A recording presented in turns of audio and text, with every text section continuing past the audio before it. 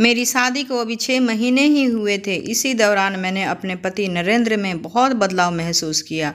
नरेंद्र मुझसे ज़्यादा अपनी भाभी दीपिका की बातों को तवज्जो देता था। यह बात मुझे बहुत बुरी लगती थी। घर की छोटी छोटी समस्याओं पर भी वो अपनी भाभी से बातें किया करता और मेरी बड़ी से बड़ी बात पर भी ध्यान नहीं देता था। शुरू में तो मुझे लगा कि 10 साल पुरानी भाभी से लगाव तो हर देवर को होता ही है और बीवी के आ जाने के बाद यह लगाव कम हो जाता है, लेकिन नरेंद्र और उसकी भाभी के बीच का लगाव मुझे कभी भी कम होता नज़र नहीं आया। अब तो मुझे यह लगने लगा था कि बात सिर्फ लगाव की नहीं बल्कि दोनों के बीच इससे भी ज़्यादा ही कुछ है। मेरी जेठानी थी भी ऐसी कि कोई भी मर्द उसे देखे तो देखते ही उस पर फिदा हो जाए। मुझे उसकी इसी सुंदरता से बहुत डर लगता था। मुझे यकीन हो गया था कि मेरा पति नरेंद्र अपनी भाभी की सुंदरता की वजह से ही उससे दूरी नहीं बना पा रहा है। एक दिन सुबह जब मैं उठी तो देखती हूँ कि नरेंद्र अपनी भाभी के कमरे से निकल रहा था और मुझे देखते ही वो घबरा गया और सीधे कमरे में जाकर बाथरूम में घुस गया। मैं समझ गई थी कि सुबह सुबह नरेंद्र अपने भाभी के साथ क्या करके बाथरूम में नहाने घुस गया है।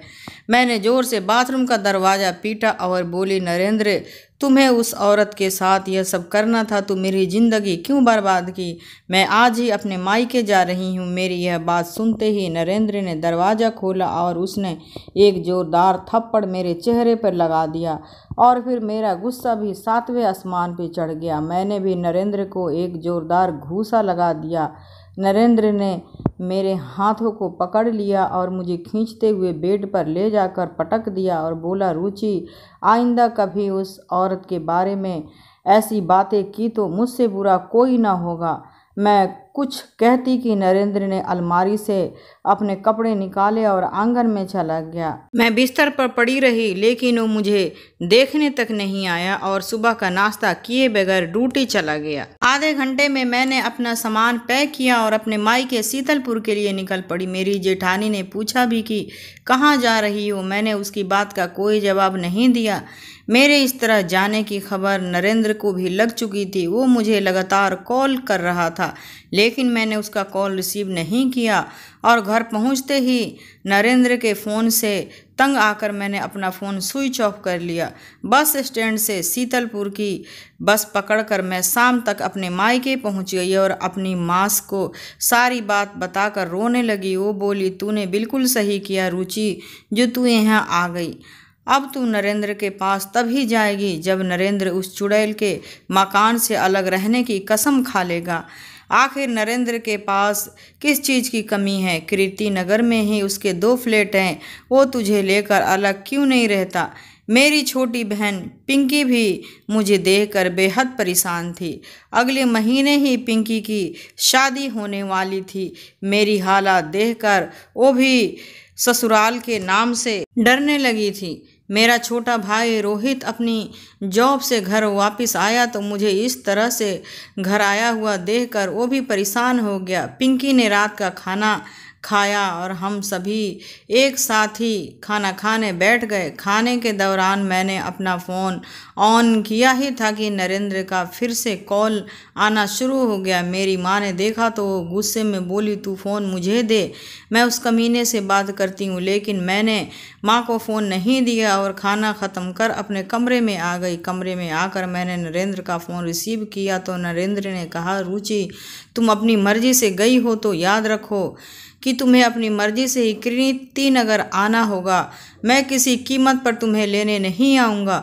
नरेंद्र की यह धमकी भरी बातें सुनकर मेरा गुस्सा भी 7वें आसमान पर चढ़ गया। मैं बोली, तुम मुझे बुलाने क्यों आओगे? तुम यही चाहते थे कि मैं वहाँ से चली जाऊँ? अब जी भर कर उस चुड़ैल के साथ अय्याशी करो।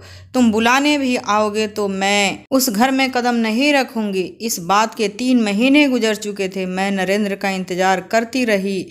अगर उसकी गलती का एहसास हो जाता तो मैं दौड़ी कीर्ति नगर पहुंच जाती, लेकिन ऐसा कुछ नहीं हुआ। मैं लगातार उसके फ़ोन का इंतज़ार करती रही लेकिन 3 महीने में एक बार भी उसने मुझे कॉल नहीं किया।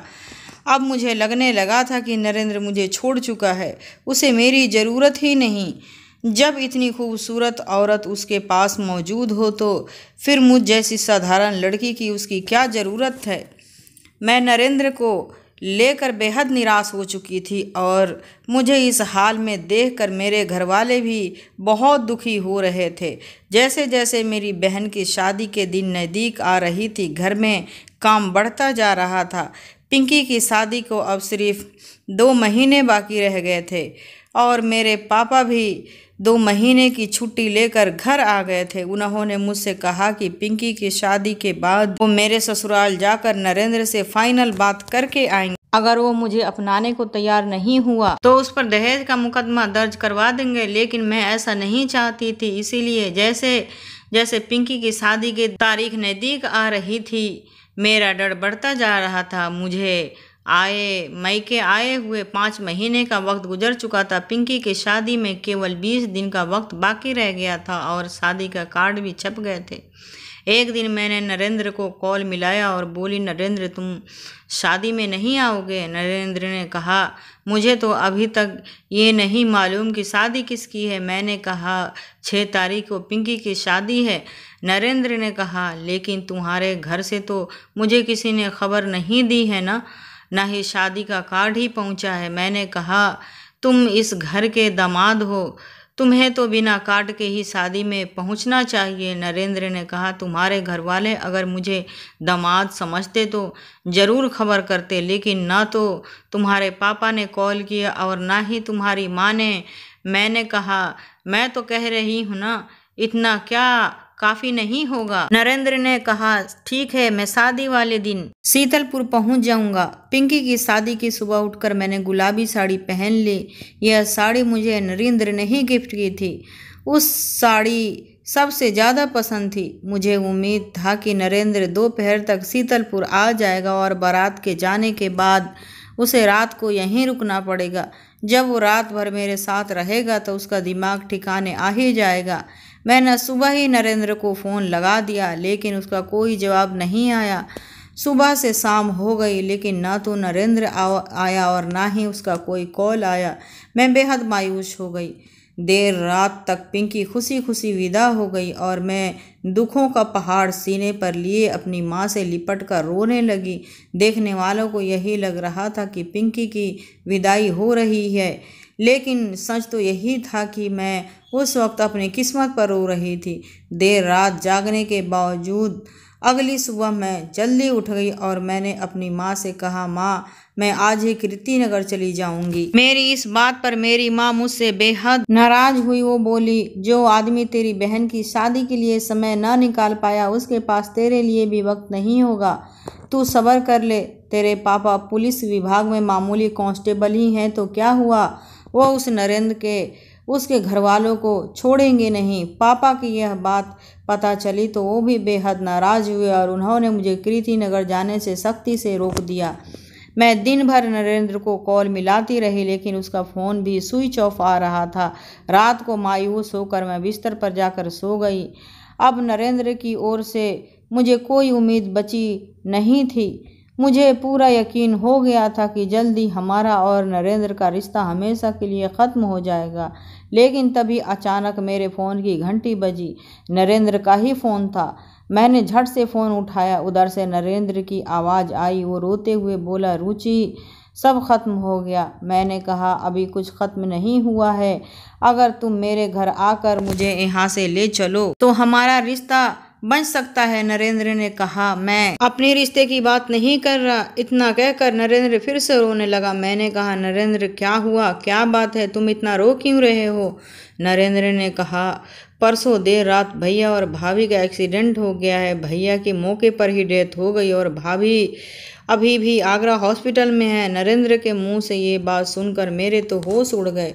फ़ोन कटने के बाद मैंने घर में ये बात बताई तो मेरे घर वाले भी मातम पसारा गया।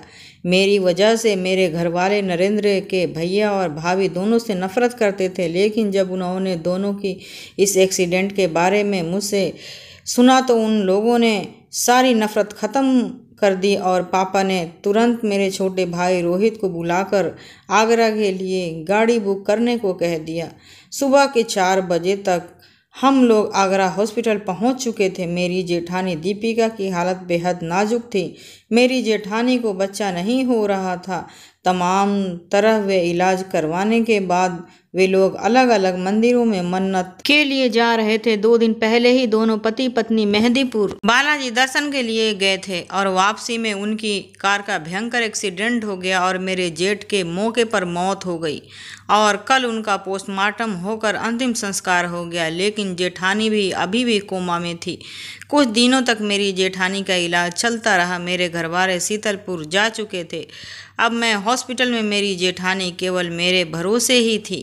नरेंद्र सुबह ड्यूटी चले जाते और रात को ड्यूटी से लौटते वक्त हॉस्पिटल से होते हुए घर आ जाते। मैं हॉस्पिटल में रहकर दिन रात अपनी जेठानी के सेवा में लगी रहती। यह देखकर नरेंद्र का बर्ताव भी बदल गया था।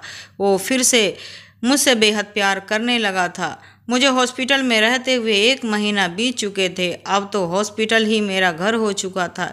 इसी बीच मेरी जेठानी की सेहत में इतना सुधार जरूर हुआ था कि वो होश में आ चुकी थी। उन्हें उनके पति के मरने का भी पता चल चुका था, लेकिन किसी से कुछ बोल पाने की स्थिति में वो बिल्कुल नहीं थी। 2 महीने बाद डॉक्टर्स ने उन्हें छुट्टी दे दी।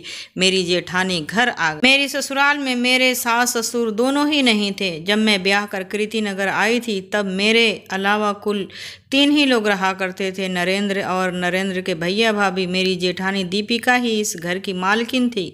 सब कुछ उन्हीं के देखभाल में होता था।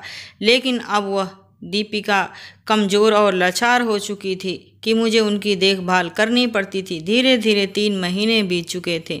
मेरी जेठानी की सेहत में अब काफ़ी सुधार हो चुका था। उनकी तंदुरुस्ती लौट आ रही थी, लेकिन अब भी वह किसी से बात कर पाने की स्थिति में नहीं थी। मेरी जेठानी के मायके में कोई नहीं था, इसीलिए उनकी हर तरह की सेवा मुझे ही करनी पड़ती थी। इसी बीच मुझे पता चला कि मैं प्रेग्नेंट हो चुकी हूँ।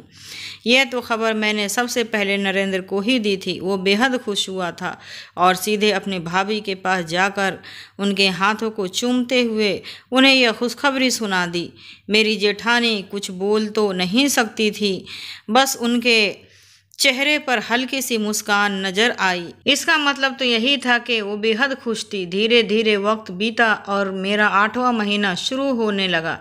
इसी बीच मैंने महसूस किया कि नरेंद्र फिर से अपनी भाभी के करीब होता जा रहा था। प्रेगनेंसी की वजह से मेरी हालत ऐसी थी कि मैं घर का जरूरी काम भी नहीं कर पाती थी और नरेंद्र के ड्यूटी पर जाने के बाद ज़्यादातर समय मैं अपने कमरे में ही रहती। रात को नरेंद्र वापस आता तो मेरे लिए खाना और अपनी भाभी के लिए जूस लेकर आता। मैं खुद का जाकर अपनी जेठानी को जूस पिलाती और अपने कमरे में आकर और नरेंद्र खाना खाकर सो जाते। सुबह मैं देर से उठती जब तक नरेंद्र नाश्ता तैयार कर चुका होता।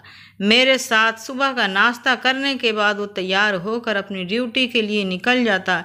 एक दिन पेट में दर्द होने के कारण मेरी नींद जल्दी खुल गई। नरेंद्र को लगा कि मैं अभी नींद में ही हूँ। वो उठा और कमरे से बाहर निकला। न जाने क्यों मैं भी दबे पांव उसके पीछे कमरे से बाहर निकल गई। मैंने देखा कि नरेंद्र सीधे अपने भाभी के कमरे में घुसा और उसके अंदर से दरवाज़ा बंद कर लिया। मैं नरेंद्र की इस हरकत से बेहद हैरान थी।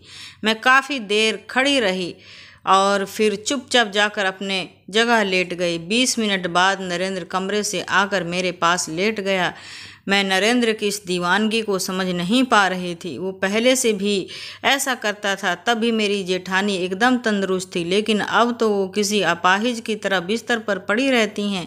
फिर नरेंद्र कमरा बंद करके उसके साथ ऐसा क्या करता है? कहीं ऐसा तो नहीं कि दीपिका पूरी तरह ठीक हो गई हो और बीमार होने का नाटक कर रही हो ताकि मेरी नज़रों में दोनों की हकीकत छुपा रहे। अपाहिज होने की आड़ में देवर भाभी का रोमांस चलता रहा था और मुझे खबर तक नहीं लगी। मैं अगले कुछ दिनों तक सो नहीं पाई। मुझे नरेंद्र फिर से नफरत होने लगी थी। मैं रोज रात देर को नरेंद्र को दीपिका के कमरे की ओर जाते हुए देखती। मेरे गहरी नींद में सो जाने के बाद नरेंद्र बिस्तर से उठकर भाभी के रूम में जाता और अंदर से दरवाज़ा बंद कर लेता। आधे घंटे बाद वापस आता तो पसीने में नहाया हुआ होता और मेरे बगल में आकर लेट जाता।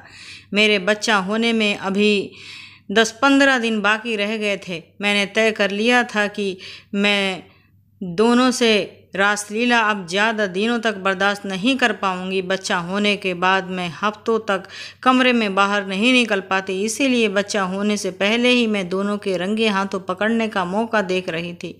रात को नरेंद्र घर आया तो हमेशा की तरह वो मेरे लिए खाना और अपनी भाभी के लिए जूस लेकर आया था और जूस का गिलास मुझे पकड़ाते हुए बोला, भाभी को जूस पिलाकर आओ, फिर हम खाना खा लेंगे। मैंने कहा, आज तुम पिला आओ मेरी, फिर हम दोनों खाना खा लेंगे। मैंने कहा, आज तुम ही पिलाओ, फिर मेरी तबीयत सही नहीं है, मैं सोने जा रही हूँ। इतना कहकर मैं नरेंद्र के सामने ही बिस्तर पर लेट गई। नरेंद्र जूस का गिलास लेकर गया तो मैंने देखा कि फिर से भाभी का दरवाज़ा बंद हो गया और 10 मिनट बाद ही खुला।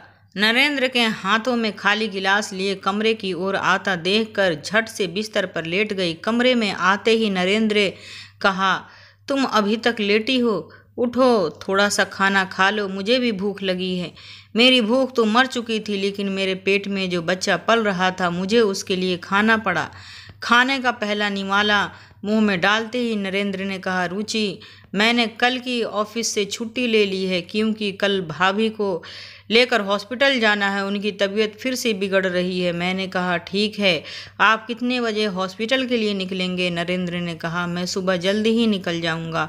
कल भाभी के कई सारे टेस्ट होने हैं, इसीलिए मुझे आने में देर हो जाएगी। खाना खाने के बाद नरेंद्र जल्दी सो गया, लेकिन मैं रात भर जगती रही। मेरी नींदें गायब हो चुकी थी, मैं तो बस सुबह होने का इंतजार कर रही थी। सुबह उठकर नरेंद्र ने नाश्ता बनाया और मेरे साथ नाश्ता करने के बाद अपनी भाभी को गाड़ी में उठाकर हॉस्पिटल के लिए निकल गया। नरेंद्र के जाते ही मैं मार्केट गई और वहां से जासूसी कैमरा खरीद लाई और उस कैमरे को मैंने अपनी जेठानी के रूम में ऐसी जगह फिट कर दिया जहां उनका पूरा कमरा कवर हो रहा था। उस कैमरे को मैंने अपने मोबाइल से कनेक्ट कर दिया। मुझे यह सब करते हुए दोपहर के 3 बज चुके थे। तभी नरेंद्र का कॉल आया कि वो हॉस्पिटल से वापस आ रहा है। मैं अपने आज के काम से बेहद खुश थी।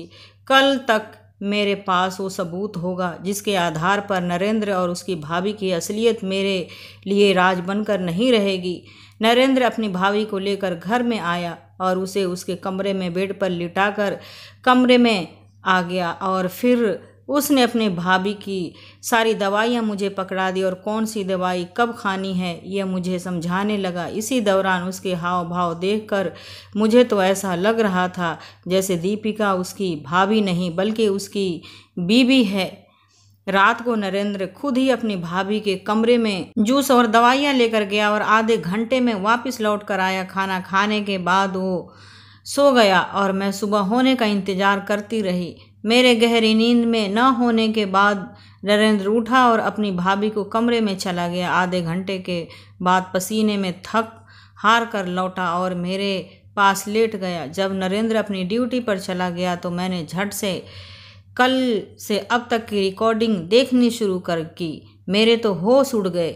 नरेंद्र अपनी भाभी के कमरे में गया, उन्हें गोद में उठाकर व्हीलचेयर पर बैठाया और भाभी की गंदी हुई चादर को उठाकर उसने एक तरफ रख दिया। फिर उसने उस गंदी चादर की जगह पिछले दिन धोई हुई चादर, साफ चादर बिछा दी और गंदी चादर को कमरे में बाथरूम में ले जाकर धोने लगा और फिर उसने धोई हुई चादर को बाथरूम की खिड़की पर ही सूखने के लिए टांग दिया।